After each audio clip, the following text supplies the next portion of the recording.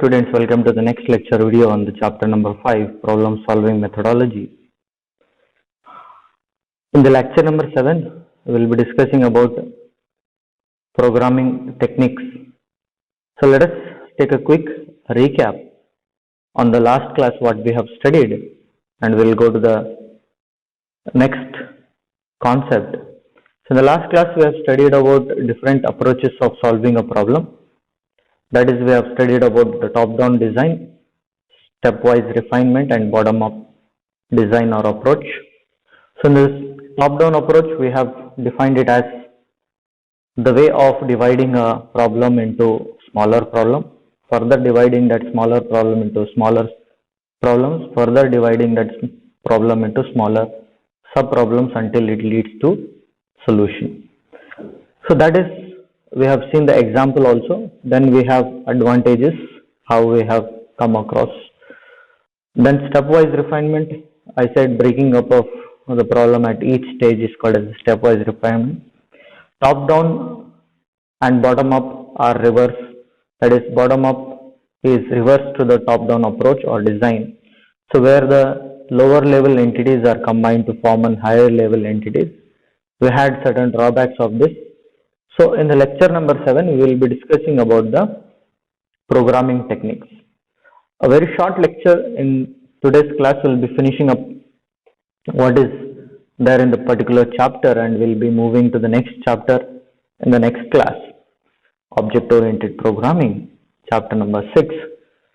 So in this lecture, which is going to be very short, we will be discussing about the programming technique that we use in the programming languages. The programming method or methodologies of writing a program is practiced since the computer programming are evolved, and the following are the programming technique that we are following. The first one is unstructured programming. The second one is the procedural programming. The third is structured programming, and the fourth one is modular programming. Whereas the object-oriented programming we will be discussing in deep. That is the fifth type of programming technique in the next chapter. Let us move to the first one. So unstructured programming language or unstructured programming. So during the learning stage, whenever a new programmer is going to learn any programming language, or any of the student is going to learn the programming language, the programs are written in a very small and a simple way without planning properly. Such programs leads to an unstructured programming. So you can see in this diagram the program which consists of a main program and the data. So there is no security to the data, there is no dividing of the complexity of the program, there is no further planning and execution or algorithm and flowchart developed for this.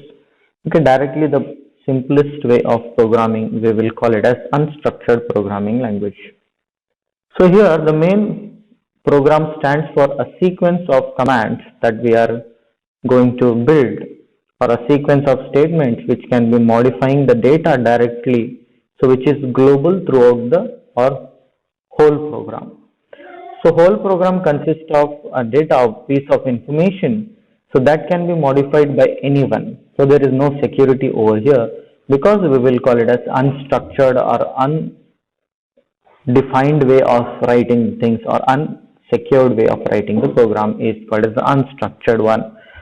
But this is not been implemented in the applications. Only the beginners will use this type of structured, unstructured programming. So unstructured programming language has a disadvantage, that is, unstructured programming language cannot be applied to the large programs. Hence the data is not been secured because the data is transmitting through many applications.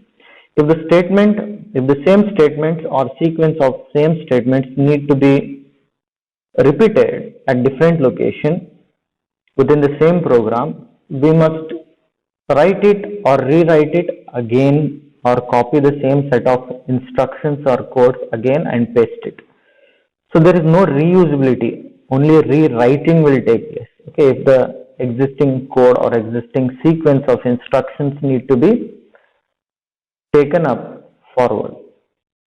The next kind of programming technique is the procedural programming. So this method allows us to combine the returning sequences of statement into a single place. So you can see in this diagram procedure 1, procedure 2, procedure 3, where procedures can be called as the modules or a subtask or a subprogram or a part of the program, which can be called or invoked any number of times. So a procedure call is used to invoke the procedure, that is calling the statement. It's just like there are two Sunil in the class. Okay, so if I call Sunil with initial, okay, the particular person with Sunil who has the initial A will stand up, with initial Sunil as N will not stand up. So it's a way of calling a particular procedure or particular task over here. So in this also, the main program or the data, the procedure are called again and again, returning sequences are called again and again, and they are being linked from main program to the procedures. So once the main program calls the procedure 1, it will perform its execution or its job, again it will return back to the main program. Again the main program wants to call procedure 2, again it will perform its job, again it will go back. Again the main program wants to call again another time procedure 2, again it will perform its job, again it will go back. Again it wants to call procedure 3, again it performs its job, again it goes back. Like this the things will happen. So after the sequence is processed, flow of control is right after the position where the call was made. That is what I have explained you in the last statement. So the structured way of programming is very different to the procedure way of programming. So structured way of programming is nothing but the program is organized using certain structures or constructs. Okay, structured programming is a method of programming by using the following type of code structures to write the program. That may include sequential, that is line by line execution, one after another statements, or that may include selection, including if else statement. Like this, I will be selecting certain part of the code depending upon the condition. Either part 1 will be executed or part 2 will be executed, not both. Okay, so like that the conditions are being given depending upon which certain part of the code will be selected and certain part of the code will be not selected. So next is the iterations, which are done by the while loop, do while loop and the for loop. Iterations are also called as the looping statements, that is repeatedly executing certain set of statements until the given condition is true. So repeated execution is being performed by the iterative statements or looping statements. So a programming construct which involves certain statement to be repeatedly performed, like repeating the natural numbers from 1 to 100 or printing the table of 2 till 100. Okay, this is repetition with certain sequence of or certain steps increased or decreased by number. So that is looping constructs can be also used in structured programming language. And other subroutines, what we will call it as functions or procedures, which can be called from any part of the program and any number of times. Hence, reusability of the existing code can also be established in the structured programming language. Structured programming language has certain advantages and disadvantages. Advantages are easy to write the program, as the program is logically well organized with the help of sequential or selective or iterative or in the form of subroutines or functions. So it is easy to test because independent tasks or functions can be developed, independent procedures can be developed and debugged very easily, okay, with an instance when they are developed. And we are going to look at a smaller unit or a module when we are debugging or testing the unit. Disadvantages includes no restrictions for according data. That means data can move freely anywhere. Global data can be accessible by everybody, or the information or the data available in the main can be accessible by everyone. So there is no security to the data. There is no relationship between the real world problem and the scenario that is being implemented in the structured programming language. The next is the modular, and the last one that we'll be discussing is the way of dividing the program in terms of modules or splitting in terms of procedures. Please remember every technique that includes subroutines, routines, functions, procedures, modules, methods, all are the same, that is dividing the complex task into the subprogram or the subtask or smaller tasks. So the procedural programming language and the modular programming language looks quite similar. So modular programming language is the process of splitting the lengthier and the complex program into number of smaller units, what we'll call it as modules. In there we will call it as procedures. So such way of splitting the lengthier problem into smaller problem, we will call it as modularization, and the programming with such an approach is called as modular programming. So that is dividing the bigger or lengthier problem into smaller problem and hence developing by the modules. Okay, each module will be developed independently.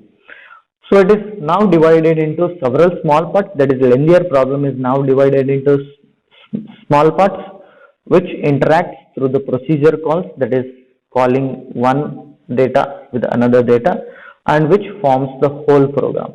The difference between procedural programming and the modular programming is, in the procedural programming the data is freely accessible, whereas certain restrictions are posed on the data to be moved or accessed freely on the modularized programming.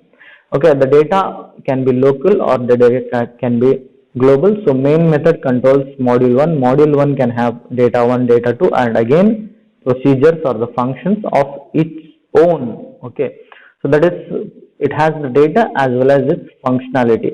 Similarly, module 2 you can see it has own data and it can have different procedures, it can have different functionalities included within it.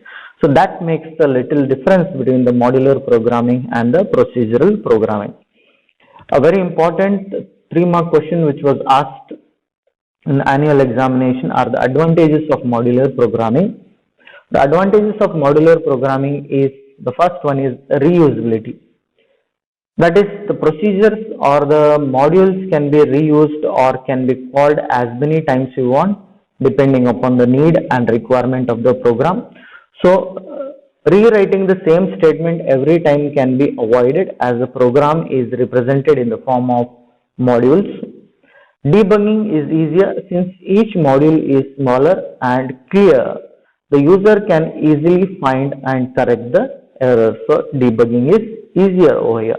Building libraries, that is, it has its own set of libraries. Okay, library is a set of functions that are already built which we can reuse, okay, how many times we want. So it is does not depending upon the number of times we are going to reuse them. So user can build his own library functions.